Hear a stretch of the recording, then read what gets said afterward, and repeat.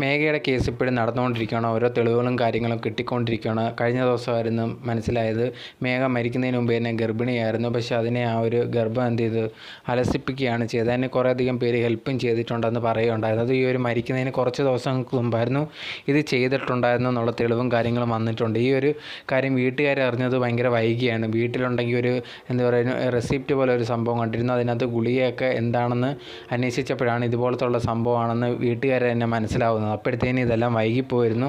വീട്ടുകാരെ തന്നെ ആ ഒരു സുഗന്ധം എന്ന് പറഞ്ഞ ആ ഒരു ബോയ് ഫ്രണ്ടിൻ്റെ മേലായിരുന്നു ഡൗട്ട് പറഞ്ഞിട്ടുള്ളത്. അവൻ മാനസികമായിട്ട് തങ്ങളുടെ മോളെ ഭയങ്കരമായിട്ട് ഉപദ്രവിക്കുക അങ്ങനത്തെയൊക്കെ ചെയ്തിട്ടുണ്ട്. അതുപോലെ തന്നെ അവളുടെ ശമ്പളമൊക്കെ അവ എടുത്തിട്ടുണ്ടായിരുന്നു എന്നൊക്കെ പറഞ്ഞിട്ടുണ്ടായിരുന്നു ആദ്യ സമയത്ത്. അത് ശരിയാക്കുന്ന രീതിയിൽ തന്നെ ആയിരുന്നു ആ കാര്യങ്ങളൊക്കെ നടന്നിട്ടുണ്ടായിരുന്നത്. അവൾക്ക് കിട്ടിയിരുന്ന ശമ്പളത്തിൻ്റെ മൊത്തം അവൻ അയച്ചു കൊടുക്കുക, അതിൽ നിന്നും കുറച്ച് പൈസ മാത്രം ഇവളുടെ ചിലവിന് വേണ്ടി കൊടുക്കുകയൊക്കെ ചെയ്തിട്ടുണ്ടായിരുന്നു. പിന്നെ അത് കഴിഞ്ഞതിന് ശേഷമാണ് മേഘയുണ്ടെങ്കിൽ ഇത് കണക്ക് പ്രഗ്നൻ്റ് ആണെന്ന് അറിഞ്ഞ സമയത്ത് ഇതേ കണക്ക് അവൻ്റെ അടുത്ത് പറയും. ഇങ്ങനത്തെ സംഭവങ്ങളൊക്കെ വന്ന സമയത്തും അവന് ഈ ഒരു സമയത്ത് ഇതൊന്നും ഏറ്റെടുക്കാനോ ഒന്നും പറ്റത്തില്ല, സിവിൽ സർവീസിനൊക്കെ പ്രിപ്പയർ ചെയ്യാനുണ്ട് എന്നുള്ള കാര്യങ്ങളൊക്കെ പറഞ്ഞ് ഒഴിഞ്ഞു മാറാൻ ശ്രമിച്ചിട്ടുണ്ടായിരുന്നു.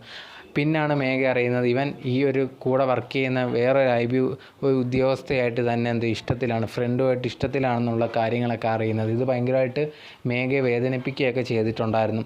സോ ഇങ്ങനത്തെ ഉള്ള ആൾക്കാരെയൊക്കെ എന്ത് ചെയ്യണമെന്ന് പറഞ്ഞു കഴിഞ്ഞാൽ ചീറ്റ് ചെയ്യും. അതായത് ഒരാളെ വിശ്വാസം പിടിച്ചു പറ്റിയിട്ട് ചീറ്റ് ചെയ്യും. അത് വളരെ മോശമായിട്ടുള്ളൊരു കാര്യമാണ്.